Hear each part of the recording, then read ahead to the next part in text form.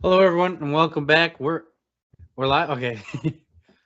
Hello, everyone, and welcome back to another episode of Moonshiners Racing, presented by Depot Street Sports. I'm your host, Michael Rizzo, joined this week with Zachary Kendall and Bunny. Guys, how are we doing on this weekend after a weekend of North Wilkesboro back as a full-time points-paying race? After 30 years of waiting, it's back on the schedule as a points-paying race rather than an all-star race the last couple of years. But guys, how was your weekend? And then we'll get into the racing. My weekend was fine. Sorry, I jumped the gun there on you. I thought it went. I was like looking down. I thought it went, but yeah, my weekend was fine.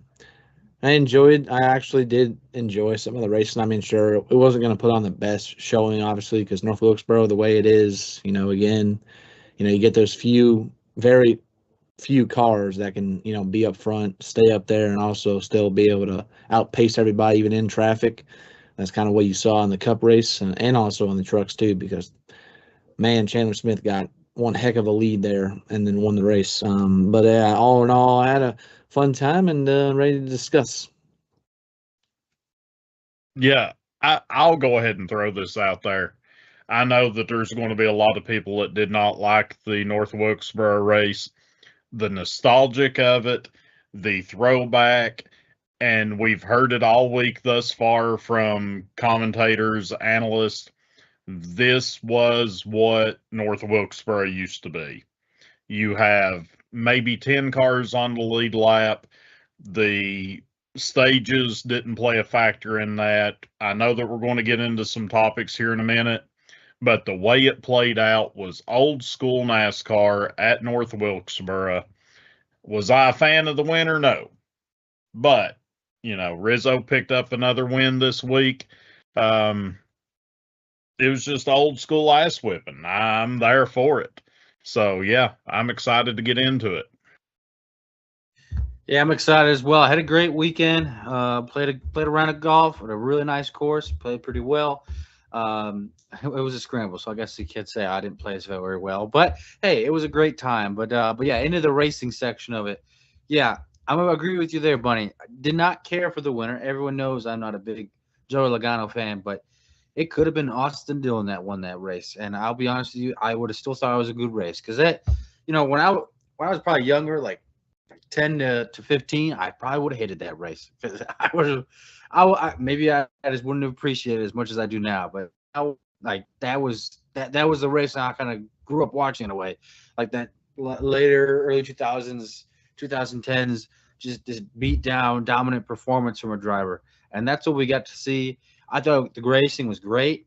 I mean, you could use every part of that track. When you started to run, everyone's kind of on the bottom, but after about 7 to 8 laps, everyone would then migrate all over the track.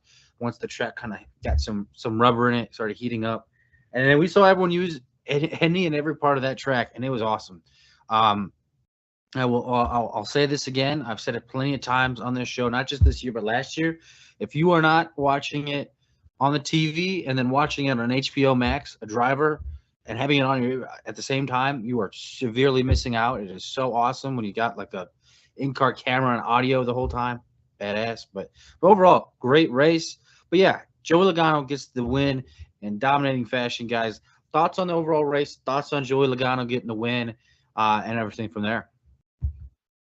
Yeah. So first off, obviously everyone knows the hype that was coming into this race. Obviously, first points paying event for North Wilkesboro in over 30 years. They did a lot for the facilities, for the track itself. Obviously, there's pictures out there 7 years ago where the state it was in, and now obviously where it is today. And they've been running on it for the last 3 years, obviously in the All Star race, but now obviously this one was a points event. And yeah, I mean, we haven't seen Joe Logano do something like that in like a very, very long time. I think it's at like 8 years to be exact about how many laps Logano led in this race, and nobody could touch him, and not even the guy that most consider to be one of the best drivers, if not the best driver in the Cup Series today, in Joker's Racing, and Denny Hamlin. And Hamlin even knew it too, because after the race, they're handshaking it and paying respect to each other for the racing that they were putting on. I think Hamlin obviously knew he was beat other than the fact when Riley Herbst tried to hold up Logano there and allowed Hamlin to close in there. Hamlin really just could not get closer than like 2/10 to Logano. And so Joey was doing a good job weaving his way through traffic. And we talked about it, going into it, is that, why this format doesn't pay at the flat, short track like it did at Phoenix the past 5 years, 6 years. It's still you still have tracks like that on the schedule that can pay points and big points at that. Phoenix is still in the chase. I think it's the second to last race of the year, if I'm not mistaken. So, it's important to run well at these type of tracks. And, going into it, we were just discussing Ryan Blaney because he's top Penske driver, top Ford driver. We thought he could gain some ground on Hamlin and Reddick, obviously. But Logano, he himself is a veteran. Obviously, he's a champion no matter what you think about him. He's still a champion, obviously, 3-time champion. And, he just had the best car. He could roll the center better than anybody. He never slipped a tire really at all. He just controlled the race as best as he could, and he did one heck of a job. And there obviously wasn't very many cautions other than the one big one, which, I'll get into now. Off the pit cycle, it's kind of weird, typically you don't see pit road issues occur between communication with spotter, crew chief, and driver and whatnot. But at short tracks, the action's fast. And because of that, things are moving in such a fast kind of way that, you can like slip up and not realize where you're at. So obviously I'm talking about Alex Bowman. When he went into turn one, his crew chief radioed into him. He was like mid-turn. He's on the high side too. He said, pit this time. So Bowman as the driver, now I want to say preference this is everybody's fault on that team and just kind of shows what the 48 team is, unfortunately. But Bowman as the driver hears that and says, well, I have to pit now, obviously, because my crew chief is saying pit now. And his spotter, Kevin Hamlin, also said he was clear at that point. So Bowman, I'm guessing, is assuming that he's clear, and that's why he dove to the inside the way he did. And then he got into Tyler Reddick in that accident, trapped several drivers a lap down, none bigger than his two teammates, Byron and Elliott. Both went a lap down, and both couldn't make it up because, there wasn't that many cautions, if any at all, besides the stage breaks. And while we were battling other competitive cars for one free spot, you're going to end up, more likely than not, you're going to still end up being on the lead lap, or you're going to have to take a wave around to be on old tires and be off sequence. And that's what happened. They couldn't get those laps back. And unfortunately for them, had not the worst finishes possible, but obviously they were top 10 cars, I feel like, and they both ended up outside the top 10.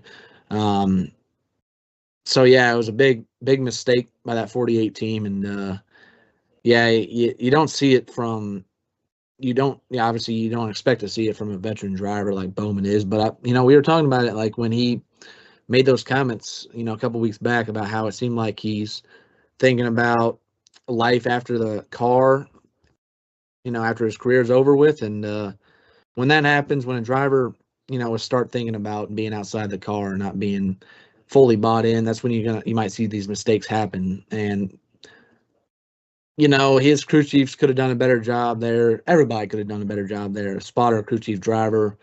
So that doesn't happen and is an unfortunate mistake.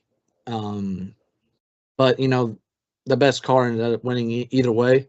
So it's not like it hurt the overall race, I feel like, because I think you would have still seen less than the top 10 or top 6, be on the lead lap, because that's what was going on. That's how quick Logano and Hamlin were doing to everybody on Sunday. And overall, I enjoyed it, for what it's worth, and I think it does deserve to be back on the NASCAR schedule for next year.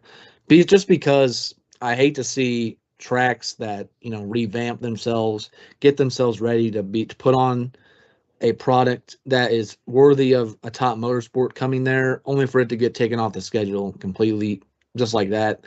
That to me doesn't make sense. So I think it does deserve another year on the schedule, because at least, yes, it's not the most pleasing, product out there, but at least here, you do have multiple grooves on a short track. Typically on a short track, you want to run the inside, and you see that in Martinsville and to a lesser extent Richmond, because I guess in Richmond you can run the top as well, but just here you can run the middle the very bottom and the top. So I thoroughly enjoyed it. I think it does deserve to stay on the schedule.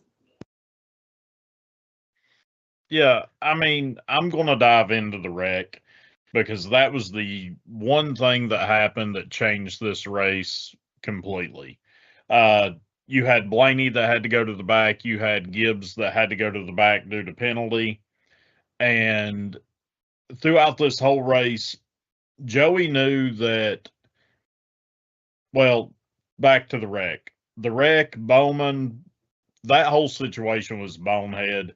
I mean, like you said, Zachary, things happen fast. I understand that. But I feel like that either the spotter and driver, you have to make a call. You have to be able to know where you're at, know who's around you. And I get things are happening quick, but you can't just turn left across somebody's nose. I agree. There's other things that are happening you want to do right, but I mean, bad situation there. And it cost a lot of people decent cars, good cars. I don't know that we had any contenders necessarily because of what Joey done on the track. But even for me with Joey, yeah, he dominated this race. He led over 300 laps. He knew at one point in time that if he didn't stay ahead in the pit cycle, the green flag cycle, if Hamlin got in front of him, he knew that he may not have the car to pass him. He knew that he had to stay ahead. But that was part of the problem. I think that Joey might not even been the best car on the track yesterday. I really think that 54 car at Gibbs might have been the best car overall that got stuck in the back and had to fight his way to the front. We seen Blaney fight through the traffic, get up to what's fifth, sixth place, and he just plateaued and died. He just stuck there. And I thought he had a pretty good car. But once he got so far, he either used all of it up, I don't know, but he just kind of fell out right there in the middle of the top 10. But as far as the race goes, as far as the next year goes, you know, Bristol, I've said it numerous of times, that's my home track. That's where I'll go. Going in a few weeks, it's coming up. I'm willing to give up the spring race to keep North Wilkesboro on the schedule. Go to one race at Bristol, do the night race in the fall, and let North Wilkesboro have its place. And I'm becoming, I feel like with North Wilkesboro, you have a solid 5 years that you can keep capacity there before it runs out. I'm afraid with North Wilkesboro, you're going to have the Darlington throwback kind of vibe going on. It was great for a handful of years. Are we getting over it? I'm afraid of that. For me, I think it's got a spot here. I think it needs to stay. I also think that you need to go out and start bringing other tracks in. Some of the other tracks that's went away. Bring back a Rockingham, because that eastern side, Charlotte area, North Carolina, South Carolina, you know, down the ACC country, there's some really good tracks close to the hub of NASCAR. Bring some of those in, and I'll be honest, let's go to one race of track. Do it that way. I'm fine with that. Yeah, it was a great race. Joey Logano dominated, like we all said, and Bonnie, you brought up a good point about how Ty Gibbs was probably the best car. We just didn't get to see it because he had that pit road penalty. Won the first stage, and then coming off pit road, speeding. Not going to work out for him there. But overall, just great race, great racetrack.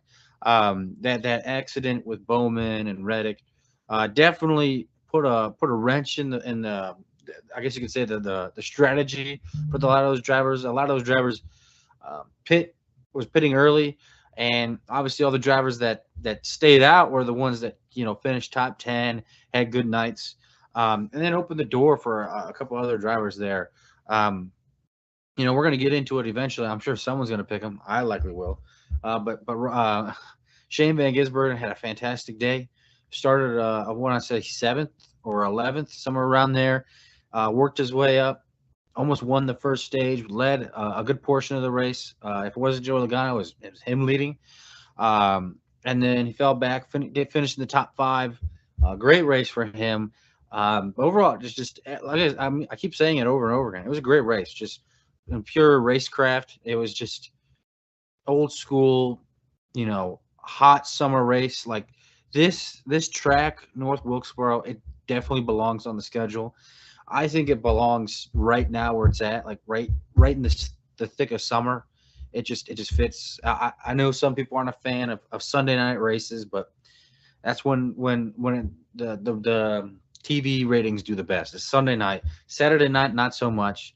But Sunday night in the summer is just it's a great time for the race. I don't think it would get that many fans if it was like a springtime race. I don't know if it'd be as good of a turnout, would be good as a number, but summertime at night under the lights, this track, it shines. Put on a good show. Maybe not the show some wanted, but I thought it was pretty good. Only thing I'd do is I'd just bring a tire that could wear a little bit more and maybe even up the horsepower more, so there's more off throttle time in the turns. Maybe then we get more of a battle. I don't know about you guys, but I thought late in the race, especially in turn 3, the race reminded me like of a mid 2010s like Bristol race, the way that they were racing through traffic, how you'd either like run the top and kind of diamond off the corner and kind of like racing off this to the straightaway. It just reminded me of those tracks and those races, and I always remember Joe Logano being pretty good at those back then. So not a shocking turn of events here. I mean, I picked him. I was telling you guys for a month that he was going to turn it on here late, and sure enough, the race I picked him, he turned it on and won. Anyway, let's move on and talk about the Truck Series. Chandler Smith gets the win in front row in the Truck Series, finishes 1 and 2. Those two trucks of Lane Riggs and Chandler Smith have been really good as of late. Chandler Smith hasn't gotten the wins and the luck that his teammate has gotten, but he finally is back in victory lane and picks up the win at North Wilkesboro. Guys, thoughts on this win for Chandler Smith and thoughts on this race? So I watched this fully just because I wasn't doing basically anything this past weekend. So I watched both these races fully, but this one specifically, this one had a lot of comers and goers. I think it's because obviously, you had more cautions happening. Not in the final stage, but it was like the first 2 stages, you had a couple of cautions coming out. And obviously along with the stage cautions. And because of that, you saw a mix of strategies. This field was stacked. It had Carson Nosavar in it. He had Bell, had Chase Elliott, had Shane Van Gisbergen. And he was the best Cup driver to finish in this race. I think he finished 3rd. But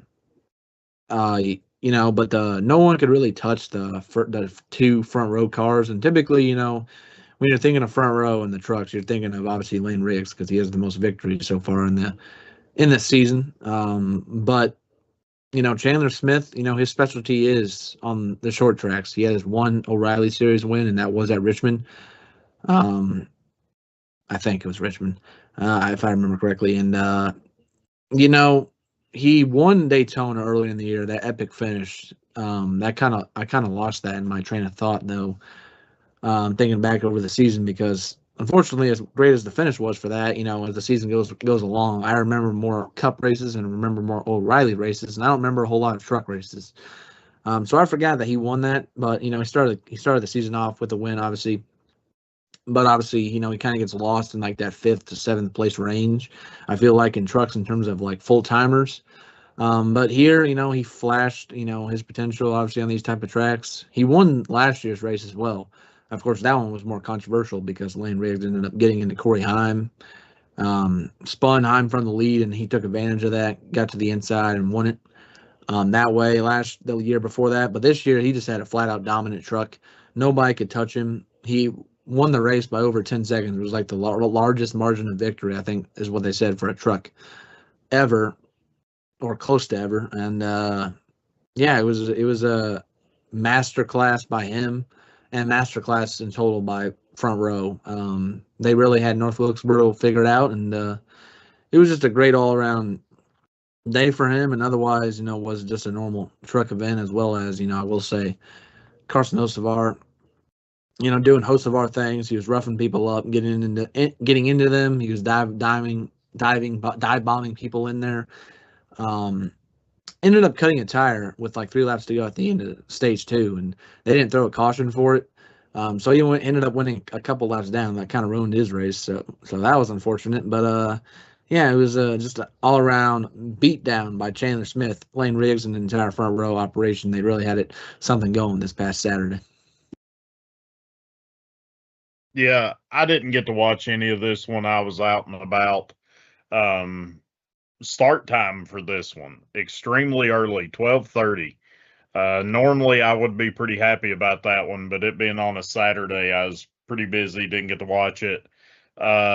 Yeah, Front Row here, Chandler Smith pulling off the win back-to-back seasons. They've got something figured out. I said it last week, I really thought this was going to be a Christopher Bell, Corey Haim showdown, and was really excited to see how that one played out. I was definitely wrong. But yeah, give Smith his flowers and SVG. Overall, all weekend long, biggest shocker of the weekend for me. Landon Lewis there pulling off a 5th place finish. Good run for him. Good new name coming up. But yeah, I really don't have anything for the trucks. My bad, guys. It's all good. It was a good race. Overall, just dominant performance from Front Row. They've been on it this year. They've been the team to beat, and they're looking like they're still going to be that team to beat here coming out late down into the season here. Moving on, let's get to news around the garage, and as always, we start with the points. So starting off, our leader in the points is Denny Hamlin still. Second is Tyler Reddick. Third, Ryan Blaney. Fourth, Ty Gibbs. Fifth, Chase Elliott. Sixth, Kyle Larson. Seventh, Carson Hocevar. Eighth, Chase Briscoe. Ninth, Chris Buescher. 10th, Christopher Bell. 11th, Daniel Suarez.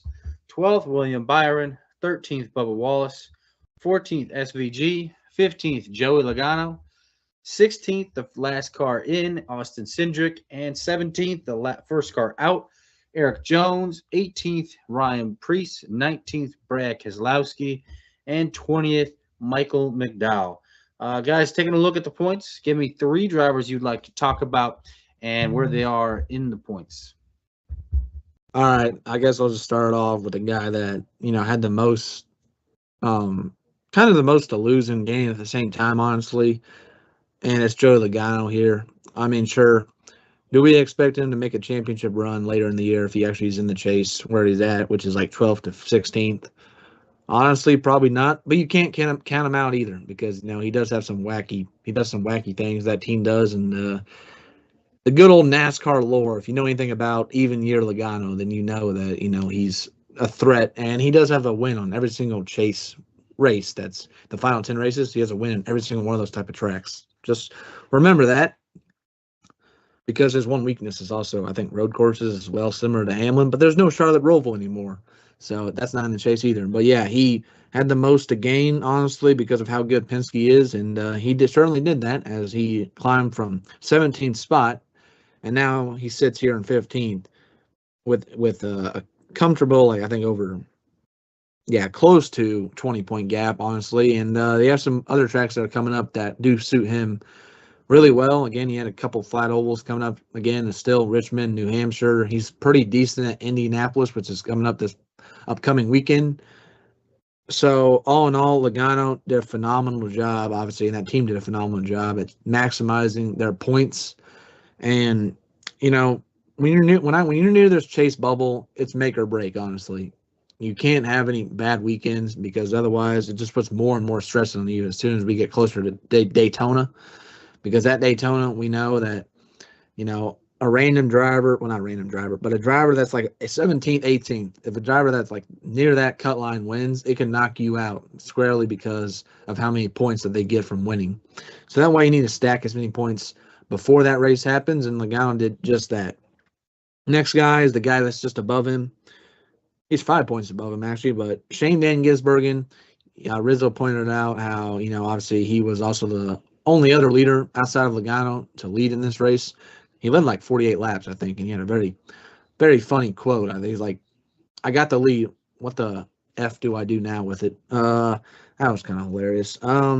He's in 14th, and I've talked about him recently, but I said, like, first I was in, then I was out, and now I feel like I'm comfortably. I don't know what I'm thinking about him, because how can I trust Trackhouse? But at the same time, that 97 just does things completely different from the 88 and the 1, that somehow they're still finding speed. He's getting good qualifying results, and because of that, that's putting him up front, getting cleaner air, and he's keeping the track position, which he's doing exactly what he needs to be doing, which is scoring points in the stages. And he got a good finish, obviously, as well, along with it. So Shane Van Gisbergen did one heck of a job, obviously, maintaining his spot in the chase. He needs to continue to do that going forward.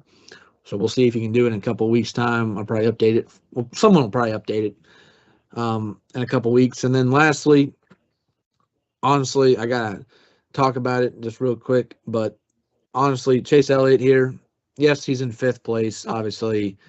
He is still in that top 6, so I feel like he can strike. But at the same time, it is time to admit it that Hendrick Motorsports on the season has 2 wins. They're both by him, which is the reason why he's probably up here, obviously, to begin with, I feel like. And, and I've seen it, like Chase Elliott fans complain about it, which they're always complaining, obviously, because he's the most popular driver and whatnot. So he's going to have a whole lot of support behind him. And, because of that, Alan Gustafson's got the big microscope on him. But his strategy sometimes will work and sometimes obviously won't work. So this past weekend, it did not work out. Similar to what happened at Martinsville, where he pitted and then got the caution the right way. This time he pitted and got the caution the wrong way. And on top of that, I feel as though, while the data might have shown that he had a very fast car, I feel like they did struggle to keep up with the racetrack as the race was progressing, because he couldn't go farther than what he did in traffic. And, in the chase, when you're battling these top contenders, obviously, you're battling Hamlin, you're battling Blaney, and even Ty Gibbs, honestly, and Reddick, if he can turn it around and get some positive momentum going his way. When you're battling these teams and you're up here, you have to be able to keep up with the racetrack. And I feel like that 9 teams doesn't quite know how to do that. Honestly, I don't feel like Hendrick Motorsports as a whole knows quite how to do that with the new body that they have, honestly, because I feel like they're still struggling with like 4th quarter speed, which is like the last end of a run or something. That's when like the Toyota really gaps them, I feel like, and closes in and just takes off. And Chevrolet, for some reason, just hasn't been able to figure it out quite yet. They might with the new practice that's coming out, which we'll talk about. But all in all, Chase Elliott here in 5th. Yeah, sure. If you look at it, it's obviously solid, but at the same time, I still don't think we can treat him as a very top contender until they prove that they can actually run up front and stay up there longer periods of time, because I feel like the longest he's gone, obviously, being up front is like 3 weeks. And then after that, he's like 2 weeks where he's running like 11th place. And that is not going to cut it, honestly. You got to get big points days, and how you do that is you finish top 5. The first guy I want to talk about is Suarez. This was the guy that I had written off, right him back into the O'Reilly series at the start of this year. And he picked up a top 10 this weekend, which was good for them and that team. But I got to looking back at it. Suarez is sitting here with a win in the Coke 600, only 2 top 5s, 6 top 10s. But he's got one of the better average finishes. I think he's 7th on the list of average finishes this year. And consistently in the top 15, he's not putting that team, not putting himself in a bad situation. He's finishing races. He's doing what he's got to do. And he's sitting in 11th. Do I think he can make a run at it? No. No, I do not. I think he's just somebody that we can write off at the end of the year as someone that got to make the chase.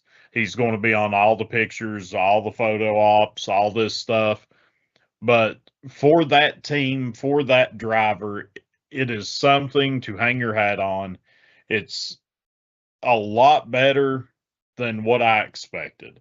I didn't have him in the chase going into this season, and every week I'm shocked to see him in the top 16. But for Suarez this year, he's doing what really none of us thought he could do. Spire as a whole, really. Going back down, I'm also going to tag on the SVG comment here. He's sitting there at what? 54 points to the good. I don't feel safe with SVG sitting there in 14th. With some of these tracks, you got the Brickyard, Iowa, Richmond, New Hampshire, and Daytona. Flat tracks, couple of shorter tracks here. You've got Indy. Don't know what he's going to do at Indy. Don't know what's going to happen at Daytona. He's sitting in a really, really good spot. But you are one race away from a bad situation and having to claw and fight.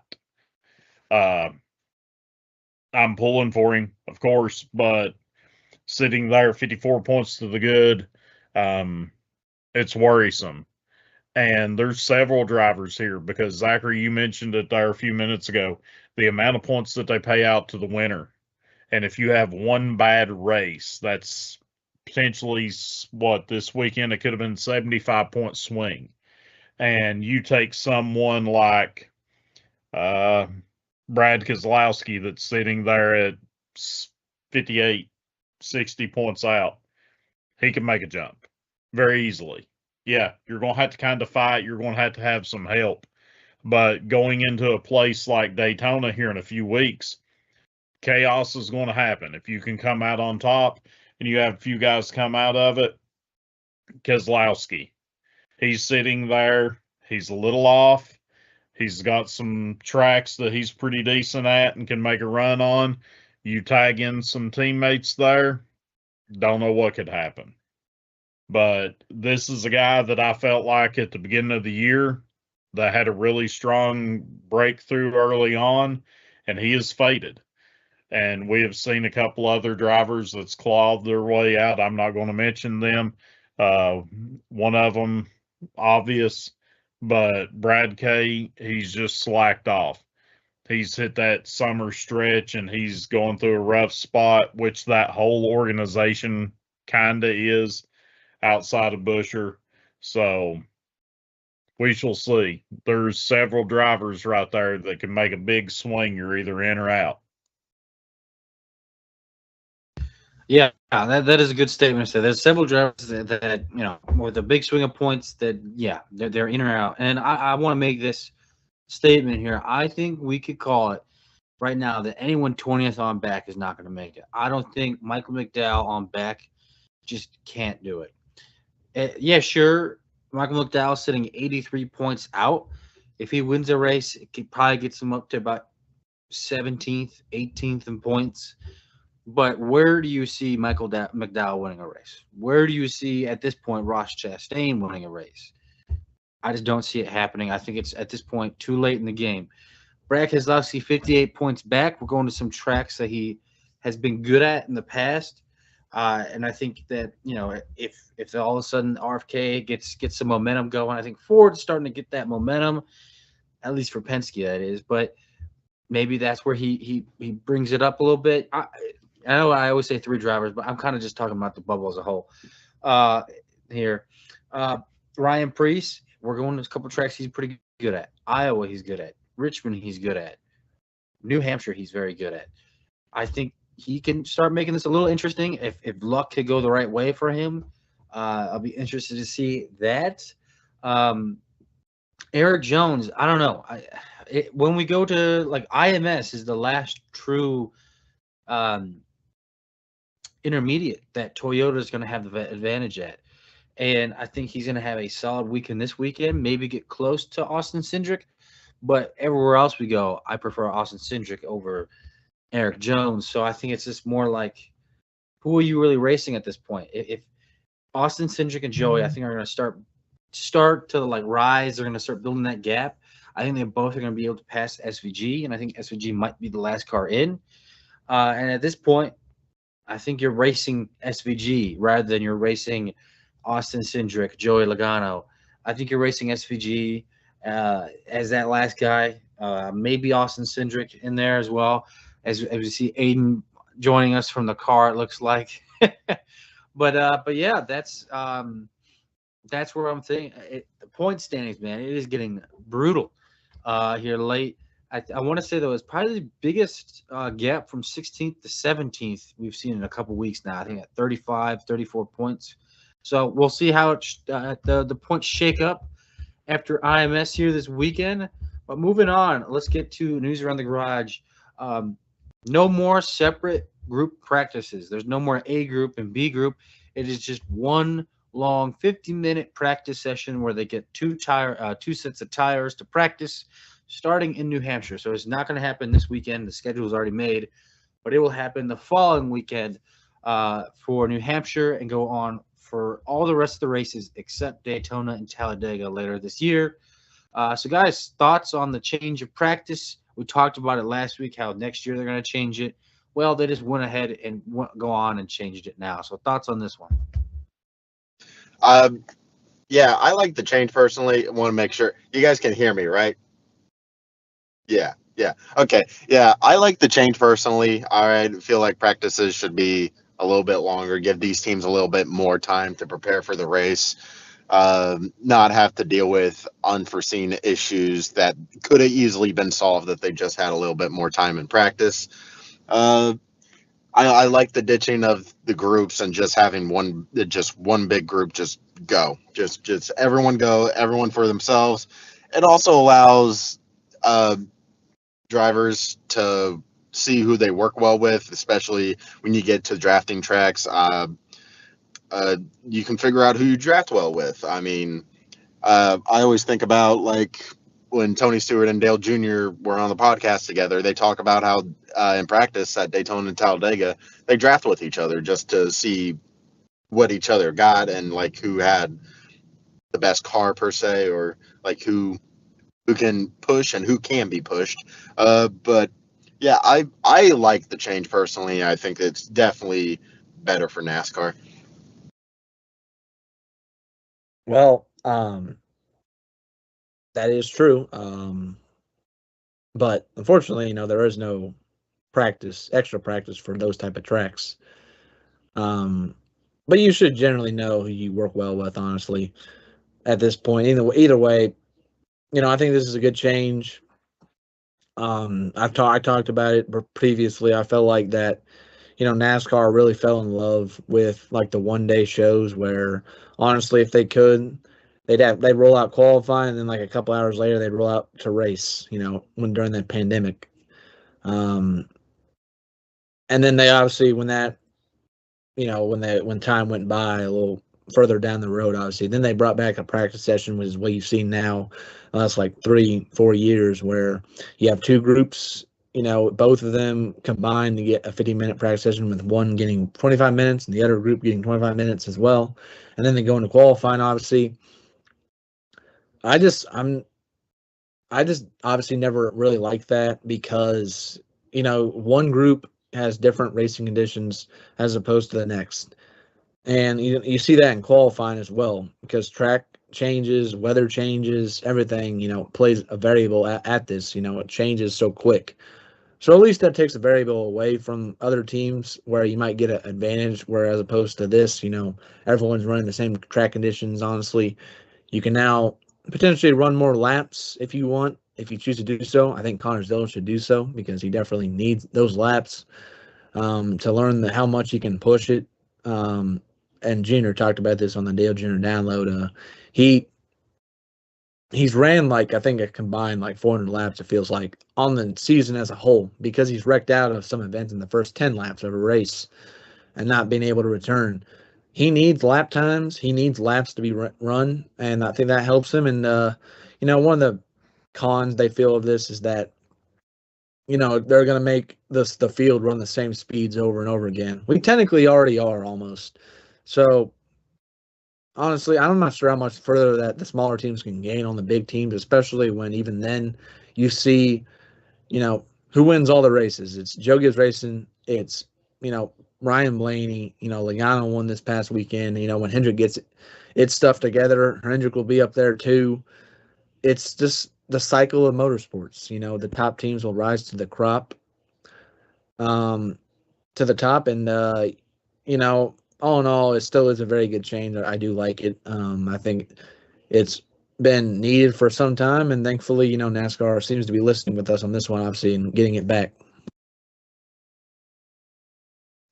Yeah, I like this change, especially with practice. You're going to be out on the track in the same conditions, like you guys were saying. I think that I hate to say that it levels the playing field, but it gives you the same attempt to make things better. Tire, rubber laid down on the track, 20, 30 minutes, depending upon where you're at in the country, could make a difference in temperature, track temperature, time of day, and an hour. I agree. Connor Zilic, prime example, getting him more track time. It's going to be better. It's going to make these guys better. It's going to make the entertainment better throughout the weekend. And again, you're going to be able to build a little bit more of a storyline. That's something that we have kind of gotten away from with NASCAR is heading into the weekend. You have happy hour, you have practice, then you have qualifying. What is the storyline leading into the race? What happened during practice? Well, you're only out there for 25 minutes. You're getting a race run, you're getting a qualifying run, then you're back in the pits and you're going to maybe make a small adjustment. That's it. At least this way, you're going to be able to work on the car a little bit more. You may not just have the car that you brought. You're actually going to be able to make a few changes because we get it. These crew chiefs, the data, the sim time, everything that goes into preparation now versus 90s or before, when they roll off the truck, you've either got it or you don't at this point. And a lot of them are really close week in and week out. You've seen it, about a month or two ago, Byron, he rolled off a couple of weeks in a row. They did not have it. They swung and missed. And those things are going to happen. But in a 25-minute practice, you can't change anything. You're not going to go in and make drastic changes to make the car better. So I think it's for the good. I'm excited about it. I like the storylines leading into the weekend, so it's a win-win for me. I might be getting hate for this, but I think with this car, you can't make the wholesale changes that you would if it was another car. And I feel it's, in a way, it's kind of pointless because you can't make any changes besides, the little minor stuff, air pressure, chassis adjustment, if you will, like changing the balance, but you're not going to go in there, change a spring, change some shocks, do whatever it is that you used to do in the car. Like, the NASCAR has an approved adjustments that you could do to these cars.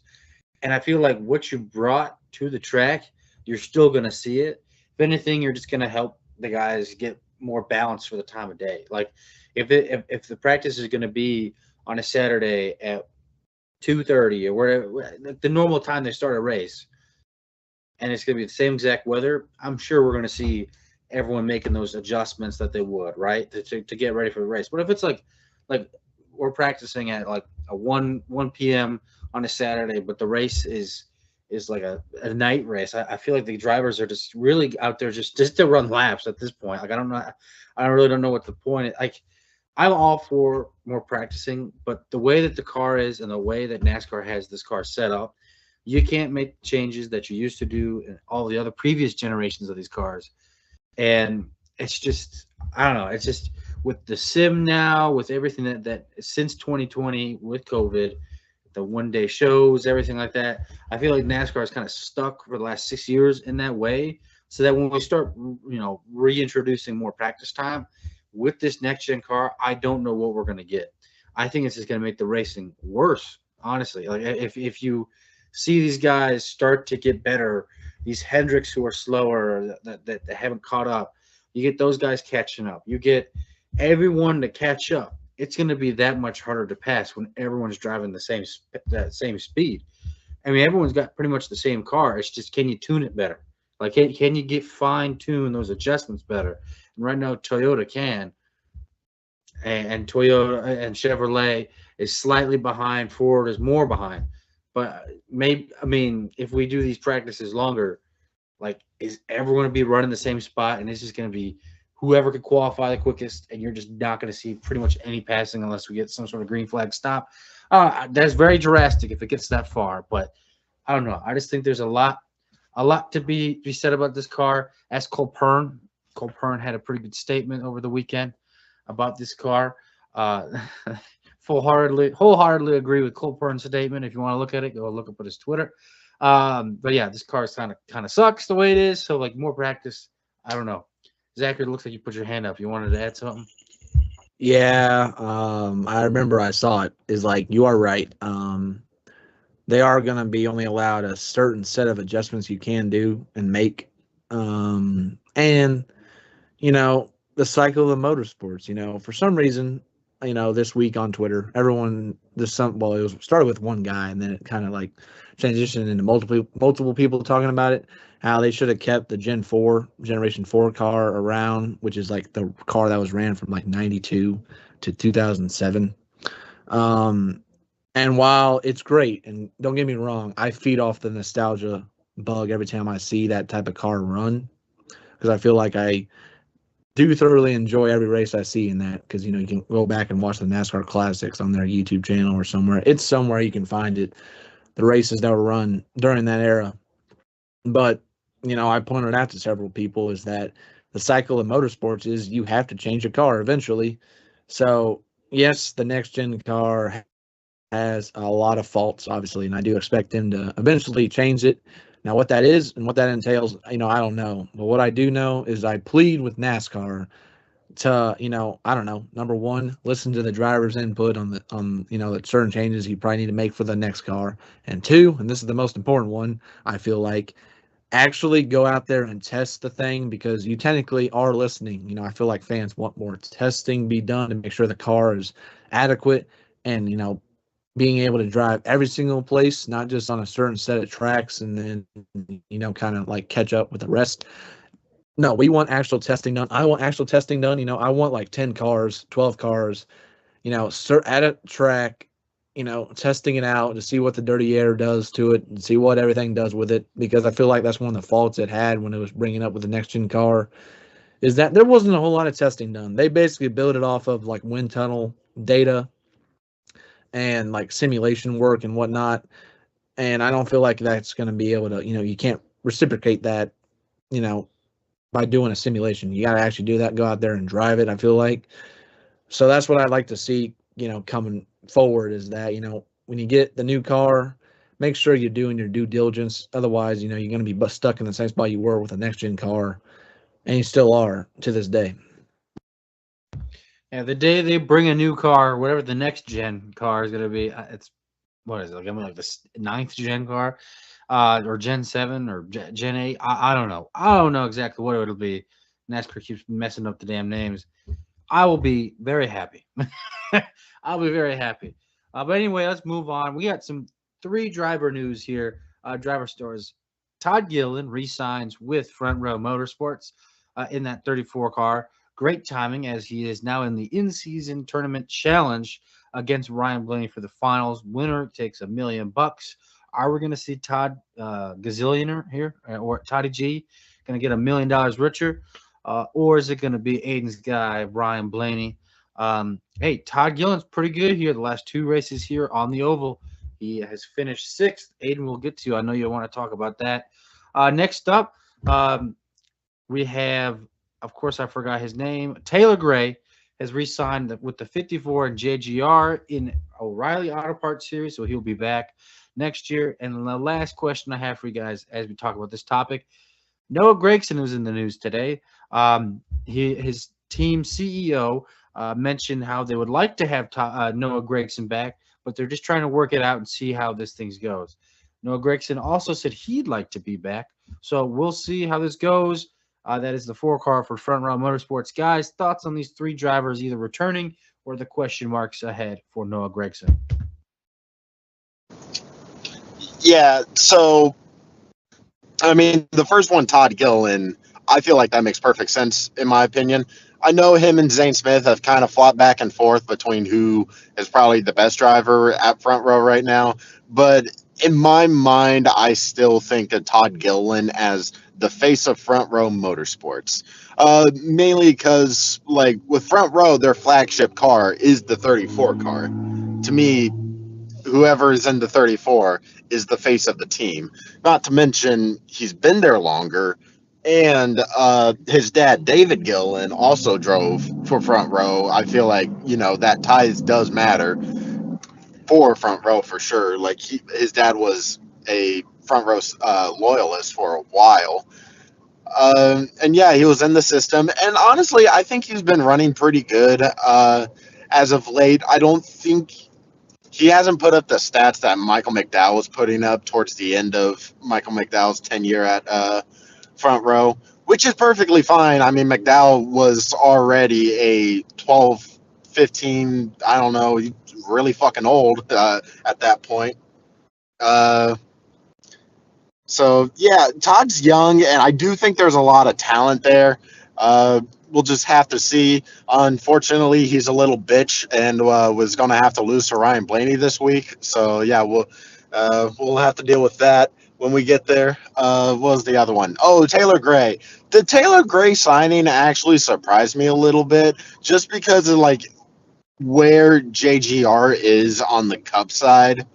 Obviously, Denny Hamlin's a big what if with him possibly retiring, but you still got Ty Gibbs in the 54. You still got Chase Briscoe. You still got Christopher Bell. I don't know why I forgot Bell's name for a second. Sorry, this van's going really slow and I'm passing them right now. But anyways, I was kind of surprised just because of the driver lineup JGR already had in Cup. There's not really a lot of room for a younger guy. Denny Hamlin is halfway out the door, though. I understand that, but I can see JGR just saying, nah, we're just going to sign a veteran, like they did when Martin Truex Jr. retired. But I think this is a good ride for Taylor Gray on the flip side. JGR's flagship Xfinity program, which we've harped all year how great Toyota has been, although their Xfinity... I've said Xfinity this entire time, haven't I? Their O'Reilly program isn't as good as their Cup program, but it's still pretty good. Don't get me wrong. And the Noah Gragson one really does surprise me because I've been a little disappointed by Noah Gragson, really as a whole, his whole Cup career. I know the whole situation at Stewart-Haas Racing was kind of just weird in general. That was a weird year for him. But really, he hasn't shown anything ever since going to Front Row Motorsports, and has been the third car ever since joining the team. And like now that I think about it, I can't really think of a single moment where I was like, oh wow, Noah Gragson is running really well for Front Row Motorsports right now. Now, one time can I say that, honestly. I really cannot think of a single time. So yeah, that's my take on it. I like Gragson as a guy, and I think Gragson is a great personality for NASCAR. I'm just a little surprised that he's sticking around. All right, to start it off with Todd Gillen, obviously. Yeah, I was going to bring up the fact that, his dad obviously ran there for several years, obviously. And, because of that, he had a pipeline, to Front Row. And, when he got up to the Cup level, you figured that Front Row was going to sign him and sure enough, pick him up. And sure enough, they did. Now he has he has improved on his points position. I think he was 27th last year. He's 24th this year. So there was a marginal improvement, obviously there. You don't typically see Todd Gillen stand out, obviously, because Front Row with where it's at. I feel as though they have kind of plateaued a bit in their results now. That doesn't mean that they can improve, obviously, on it when he's still sticking around. And I'm not sure how long his extension is for. I think it's only for one more year next year. So, you know, when when a driver gets a contract extension, obviously from a team, you're hoping that that team can improve upon its results, or you continue to if you're still with a championship caliber team, obviously you hope that you can find sponsorship that give you even a longer term deal for that type of team. But with the front row, obviously, you're kind of stuck in the mud right now. But Todd Gillen, you need a ride. You're familiar with how front row operates. Obviously, it makes perfect sense for those two to, extend with one another for another year. And, I'm happy to see that the Todd father is what they like to call him, is back still in the Cup Series. And then I guess I'll move over to the other front row driver that has like less certainty about his future currently, and that's Noah Gragson. Yeah, he was like 34th in points last year, I think. And unfortunately, he has improved, but that improvement is 32nd in points, which is not very good, obviously. And unfortunately for Gregson, and I've always thought of him this way because I've seen him, drive in trucks. I've seen him drive in the O'Reilly Series. He was great in the O'Reilly Series. Don't get me wrong. For Junior Motorsports, he won 8 times in one season.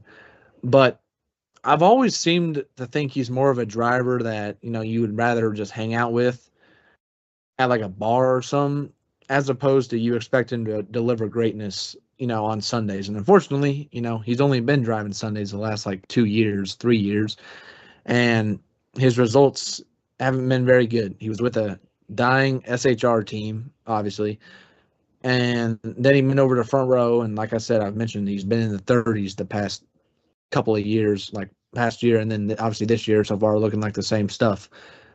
And he talked about it, how like when he got that run in with Kevin Magnuson, he said he was thinking about his job. Obviously, he doesn't know if front row is going to lock him up or not. Now, obviously, with the comments that came out earlier today, you would think that obviously they are trying to get something done, which is, I guess good for Gregson because again he gets to remain in the Cup Series. But he's feeling the pressure because he's the one driver that they're looking at that Lane Riggs can replace, in the next 2 years or 3 years, possibly, probably 2 years. Heck, maybe even if he signs a 1-year deal, they can replace him, starting, the year after that. So that's in 2028. Because Lane Riggs was open about it. He's like, is a Cup ride available? Is a Cup ride a possibility? He said it very much is. So, he's feeling that pressure, and, Gregson, unfortunately, hasn't, caught the lightning in the bottle. He hasn't caught, anything that can really attract another team, honestly, I feel like, to sign him. I know people were putting, RCR, that 33 car, in discussion because, he does have a Bass Pro Shops link with them because he ran with them in the O'Reilly Series with Junior Motorsports. But at the same time, again, we don't know for sure if that's going to actually be a possibility, if that actually is, available for him. Obviously, the 21 got taken up with Jesse Love and the Wood Brothers, so you look at those two. Those are really the only two rides I feel like that anybody would willing to take a chance on, because otherwise, if you're a top team, there's no way you're going to sign them, obviously, because there's there's top prospects coming up through the pipeline in every manufacturer, honestly, and then there's other veterans that potentially are out there that can just produce obviously better results than him. So we'll see where it goes with Gregson. And then lastly, Taylor Gray. I'm not surprised, honestly, about this. I feel like this is less obviously about the Cup, potentially Cup seat opening up, because I feel like Hamlin mentioned how they think Brent Cruz is going to be his replacement in the 11 car. I don't know if that's going to be the case, but it seems like that's the way that they're thinking about it, because I think he is younger than Taylor Gray. But this was less about that, I feel, and more about, he has a job secured, obviously.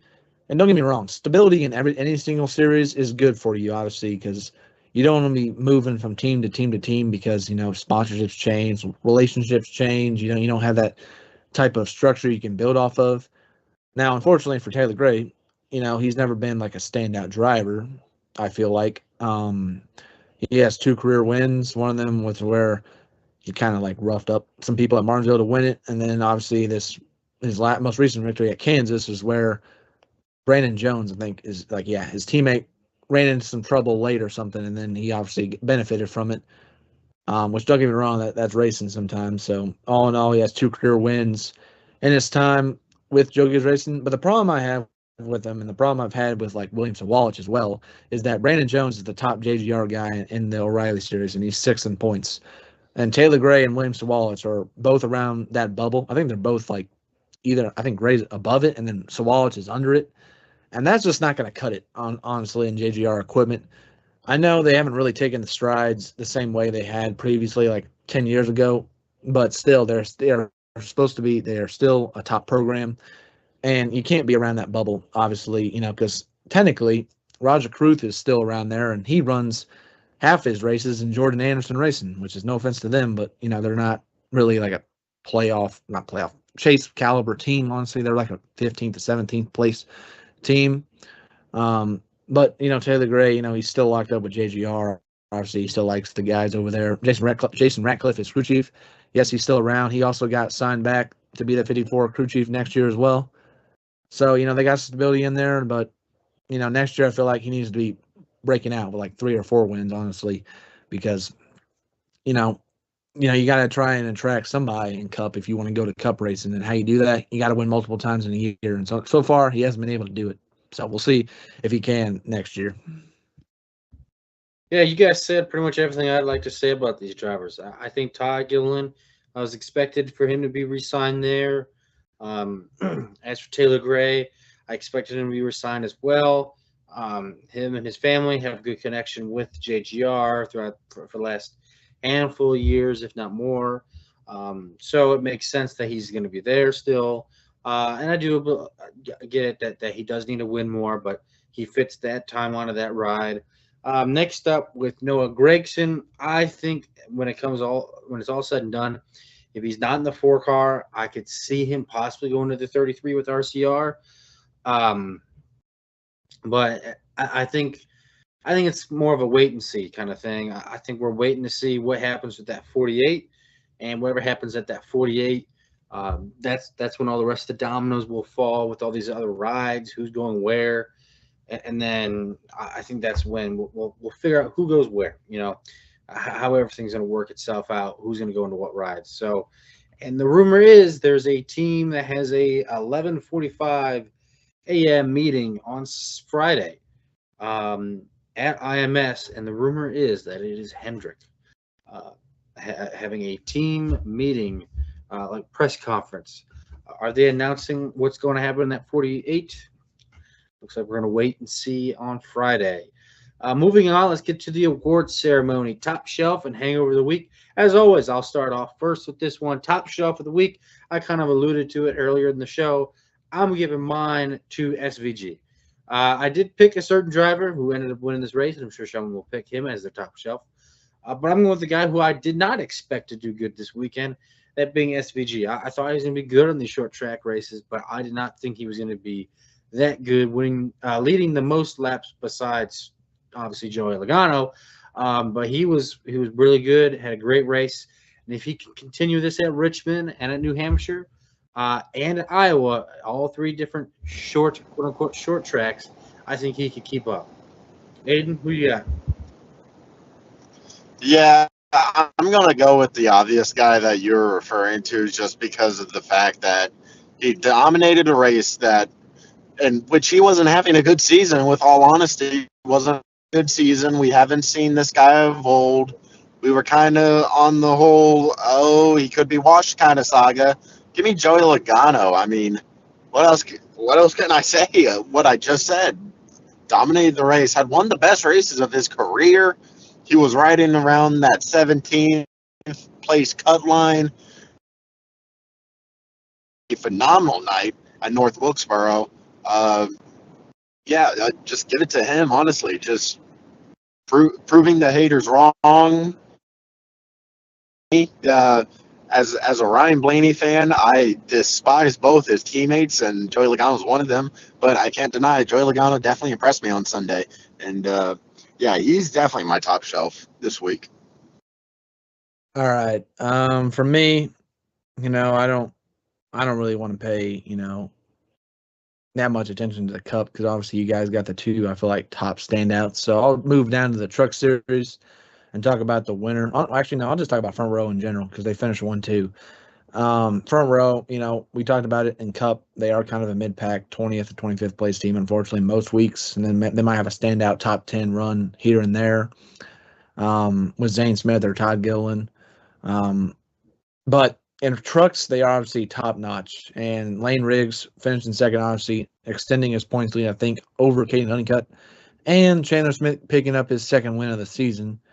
And in dominating fashion too. It just was a standout quality performance, an ass kicking, as Bunny would like to say. Won this race by over 10 seconds. Again, cannot understate that enough. 10 seconds in a truck is crazy, especially at North Wilkesboro, where you still have to manage the tires, even if you are the leader. And yet he managed the tires obviously better than anybody and won by that much. So Chandler Smith and Lane Riggs, props to you for just absolutely dominating the truck field. And this truck field had Christopher Bell, had Corey Heim, had Chase Elliott in the field, and yet those guys couldn't stand up to those front row Fords. So props to them for bringing just fast trucks to North Wilkesboro.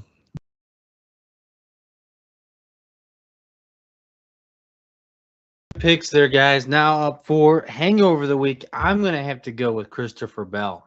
He had some sort of issue early in the race. He started up towards the front. I was up there, and then he just got caught a couple laps down, had an issue, hit the wall at one point, got into Josh Berry, and he was non-existent. I think he finished 3 or 4 laps down. He just missed it. I really don't know how that happened with him. I thought he was going to be – he won here last year in the All-Star race. I thought he was going to be one of the guys to beat. If it was a JGR guy, I would have bet it was going to be him that was going to be racing Joey Logano there, not Denny Hamlin. But no, he was just non-existent. Yeah, that was really great for me after picking him. That was phenomenal. Great. Never pick a guy with a broken wrist ever again. But for me, hangover of the week, it's going to be Alex Bowman. I'm going to be honest, and it can get really bad. We mentioned the press conference and the rumor of it possibly being Hendrick talking about the 48 car, which it can go a certain direction, which makes me foreshadowing that he's going to be hangover of the week even funnier, with all honesty. But really what happened at North Wilkesboro, I'm going to be honest, this fool really tried pitting from the top lane for God knows why. Like, he Quinn Halfed it. He Quinn Halfed that shit. Like, what? And, I'm bully Quinn Half because, Quinn Half was a rookie when he did it. Quinn Half is also a bum that we call it in the sports world. A bum is when you suck ass at your job and you don't know how to race. But anyways, 2 very different situations. Bowman is a 10-plus year vet, where Quentin Half is just had one rookie year in a car that he shouldn't be racing. He sucked because it's Quinn Half, and Quinn Half sucks. Anyways, I really hate Quinn Half. Holy hell. I was not expecting this. But yeah, he just tried pitting from the top lane, completely taking out Reddick, which is, the situation for Reddick that we've been talking about for weeks continues to get worse for him. But yeah, just Bowman for, being stupid, having a stupid mistake for no reason.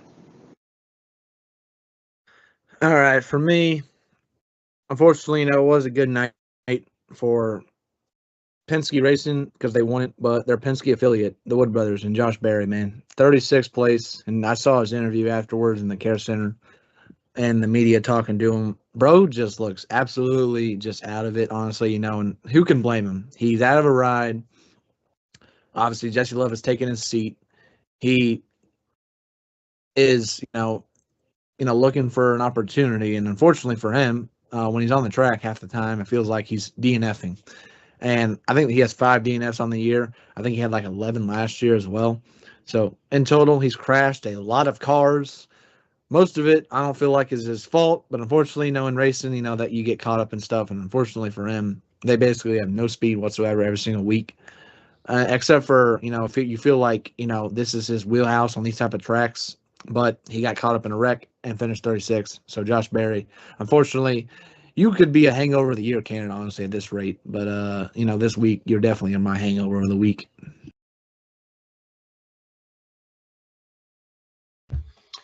All right, good one, guys. Now let's move on to our picks and predictions. Let's start off with where we finished last week at North Wilkesboro. Go ahead, Bonnie. Tell us where we all finished last week. All right. Rizzo, you won with Logano. I finished second with Gibbs and a fourth place finish. Aiden finished third with Bell, finishing 19th. And Zachary finished last with the 27th place finish with Ross Chastain, bringing the year total to Aiden and Rizzo at 7. I have 6. Zachary 1. I am Trevor Bain this shit this year. I'm a one-hit wonder. I said it, when it's not your year, it's not your year. Unfortunately, it doesn't look like it's obviously my year. I don't know why. I've had some solid picks in certain weeks. It just hasn't worked out. And unfortunately, last week, Chastain getting the pass-through penalty immediately was unfortunate. I basically said, I called it. I said, basically, I'm going to finish last, give or take one of the green flag drops, because he was not making that up. And sure enough, he couldn't make his way back up through there with the traffic and whatnot, and just being absolutely slow. So unfortunately, we go into Indy, and this is another. I feel like you got to get track position. You got to have a good strategy, obviously. Maybe you have to manage some tire wear as well, because we have seen some tires pop. But you look at it and look at who I have left. Honestly, I might as well use them, because I haven't used them yet, and it's like coming to the end, obviously, of the regular season. So give me Tyler Reddick.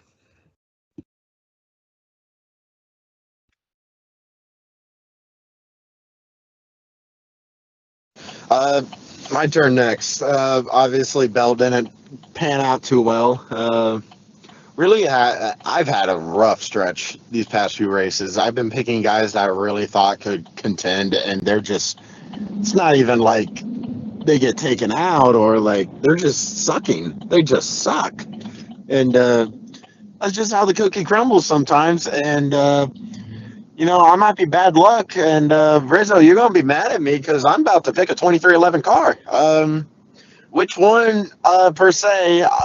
Who knows? Two of them I've already picked, and that's the 45 and the 35. So this week I am going to go with Bubba Wallace, the winner last year. And if he sucks, well, Rizzo, you can blame me.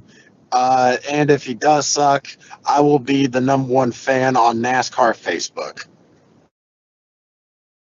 All right. I'm up next. This guy has a lot going for him this weekend. I think he's got an average finish of 6th in the last 2 Indy races. I'm going for a home run hitter this week. Give me Gilliland this week. I was waiting for someone to pick. Wait, hold on, real quick. Real quick. Okay. Should I get McDonald's? Yeah, go for it. Why not? Go get McDonald's. Okay. We're going through we're going on a McDonald's trip together. Right, or you could go to Hardee's and you could get a free chicken tender. What is it? You get a chicken tender meal with Bubba Wallace top 10 or something like that with the app.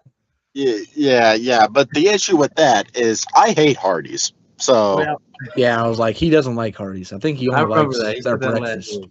yeah. But anyway, this week I'm stuck between 2 guys, but I'm gonna go with a guy that this team tends to do pretty well here, and that is gonna be the 67 car of Corey Hyman, 2311. He's gonna be running part time this weekend. I needed a Toyota here this week.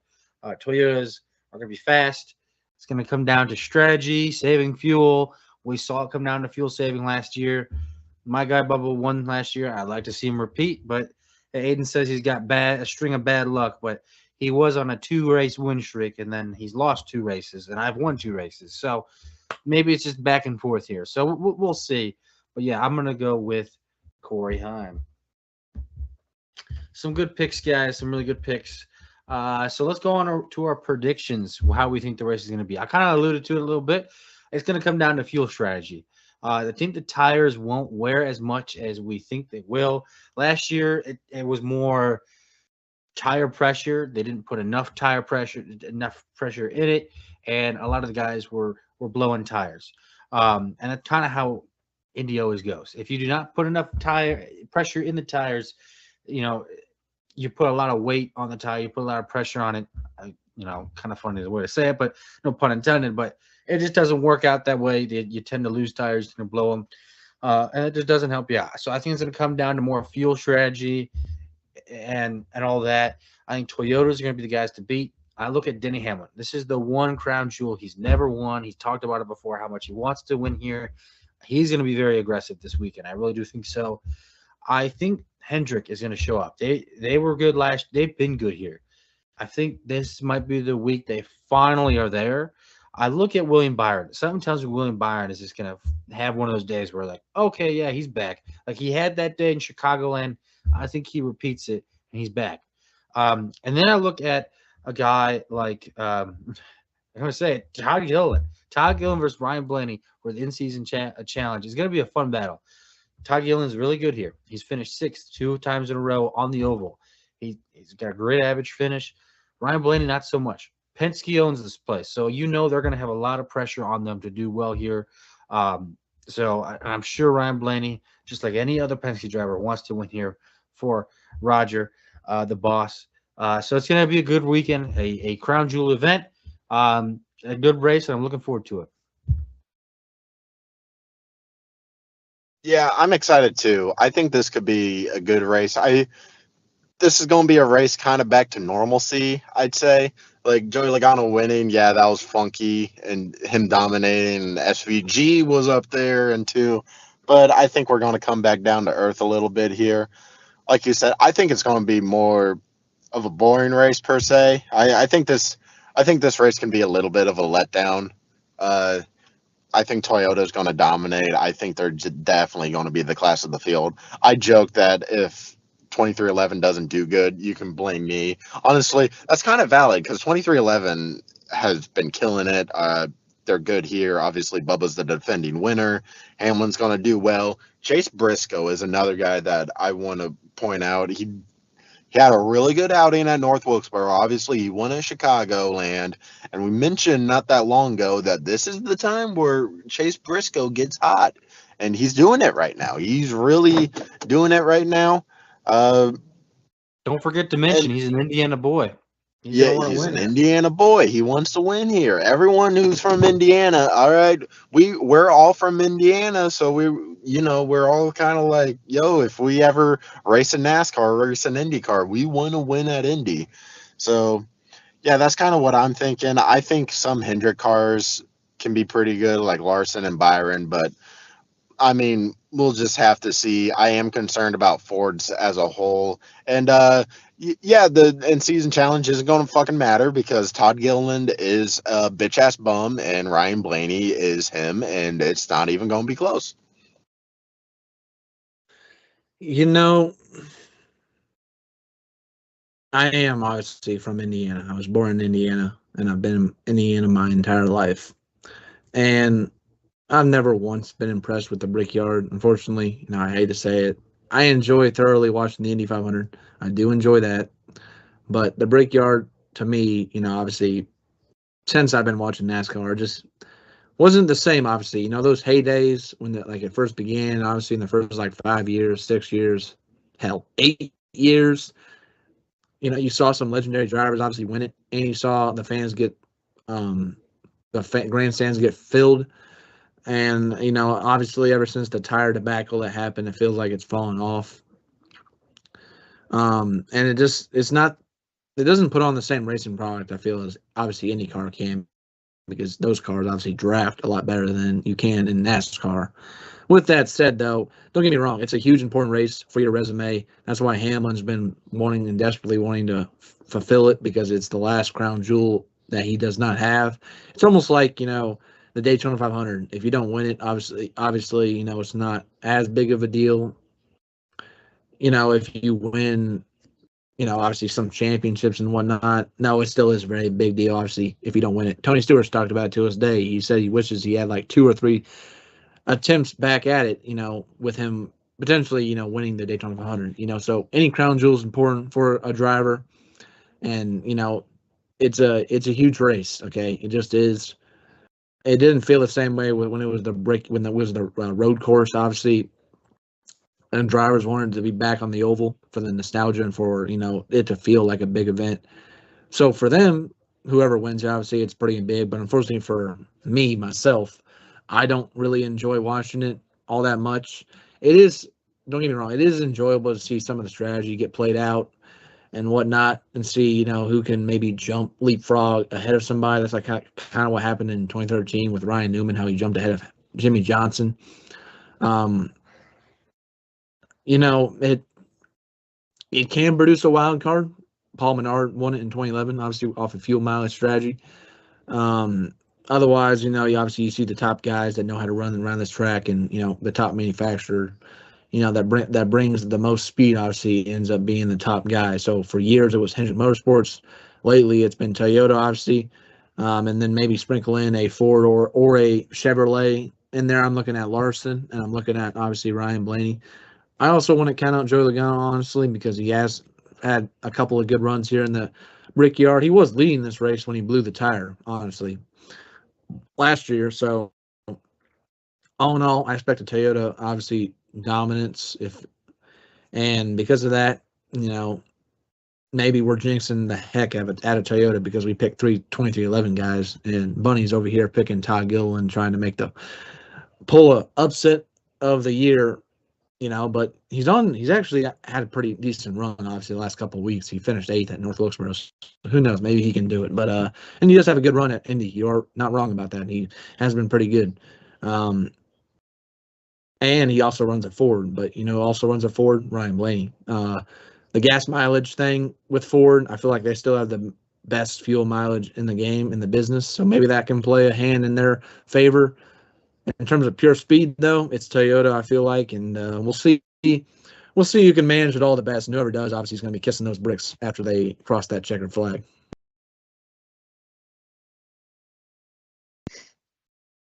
Yeah, I thought I was fixing to sneeze, but no, you guys are right. I do feel like Toyota has the edge this weekend. They're hot. They've ran good here in the past.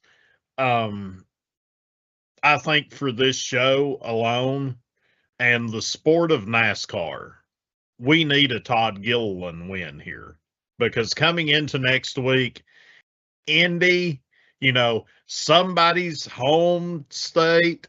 I feel like I'm probably getting the finger right now, but the Blaney, the Indy, the story, the chatter next week, Aiden going on and on and on about some Blaney. No, we need a Todd Gilliland win this weekend. He's from Sherrills Ford, North Carolina. He's in a Ford. Penske owns the track. It's Ford versus Ford. Storybook. Give me the Cinderella story. But as far as this race goes, I'm not the biggest fan of Indy. I'm not. I'll watch the race. I enjoy it. But it's not one of my favorite tracks. And I think we're going to see a lot of what you all have said, some of the same things that we've seen in the past, strategy, things of that nature. It's not going to be as exciting as what an Indy 500 is going to be. And that's really all I've got. Just to leave you on this last note. This is for Rizzo. David Gabriel Georges. Do you know the name? Oh man! All right. He's really going hard for Todd Gillen here, old Toddy G. But going on here, we are left with none other than Zachary's guest, the driver. So Zachary, I hope it's an easier one.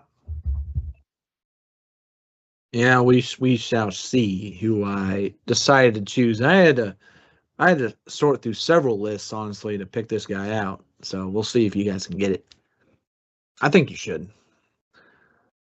Okay, so this driver was born in Chesapeake, Virginia.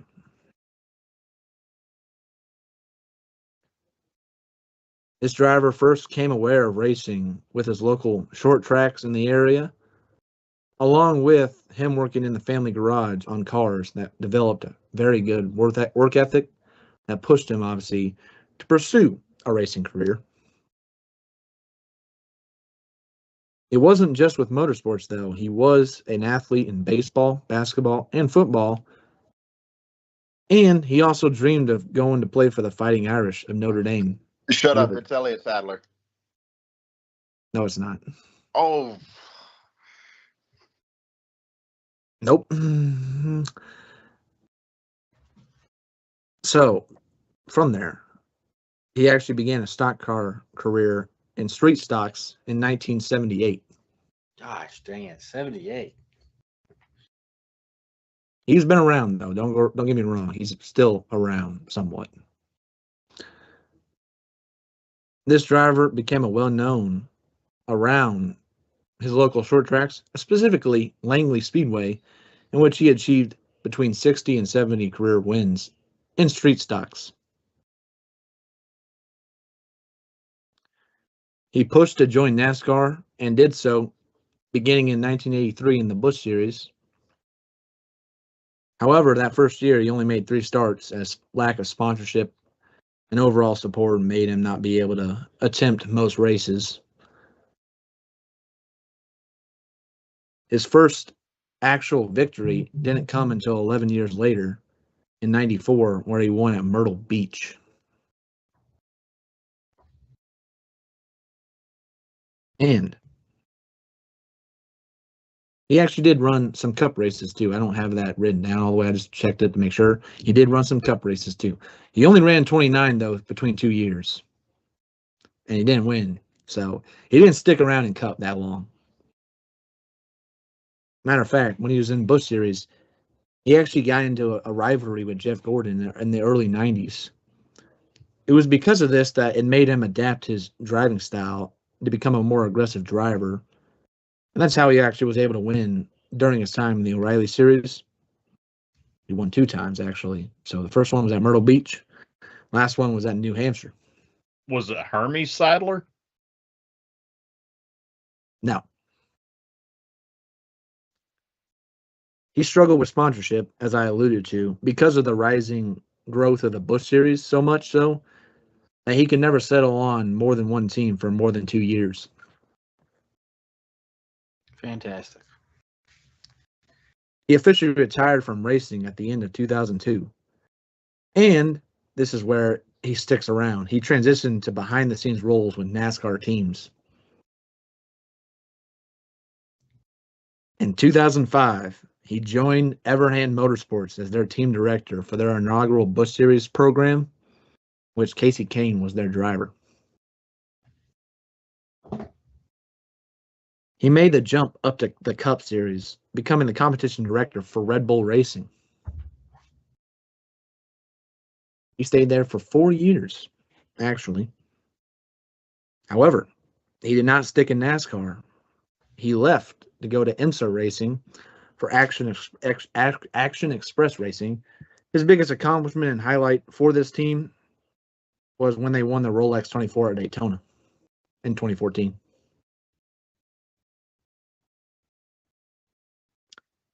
He got back into NASCAR, though, in 2015 when he became the director of the Camping World Truck Series.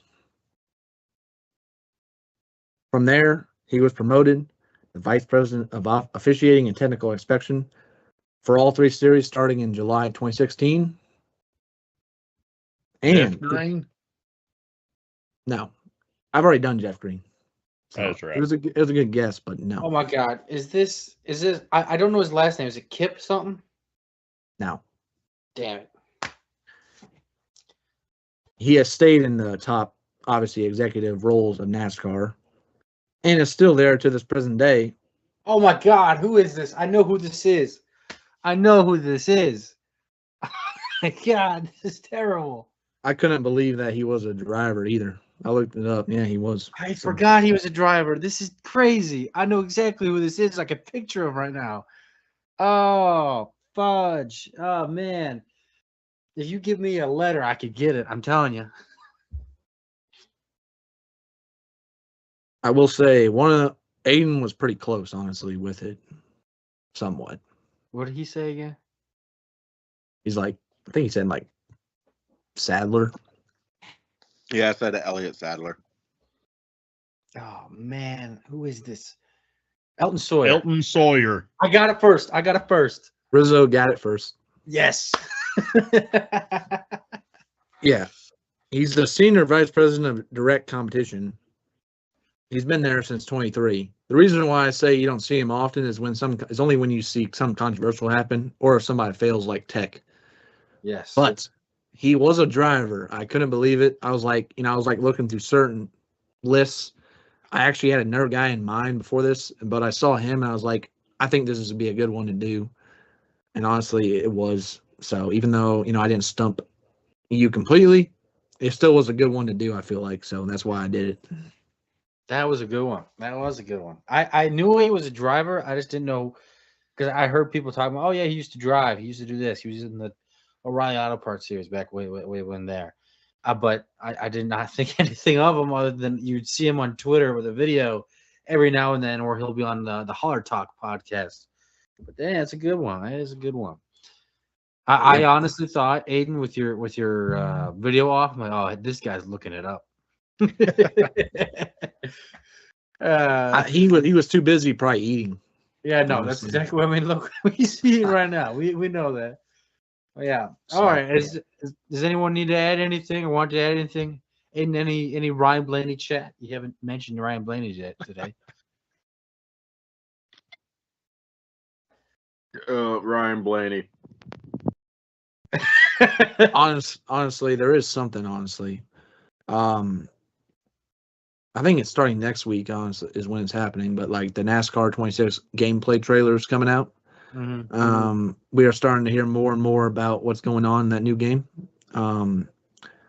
Me personally, I did enjoy NASCAR 25. I have it, but obviously, it's important to remind the racing community and the gaming community that this was just a baseline of hoping and praying that they actually add more cool features to the game, because it definitely does need to be built off of what it was from this past year, and hopefully we do see that in the upcoming months before it does get released in September.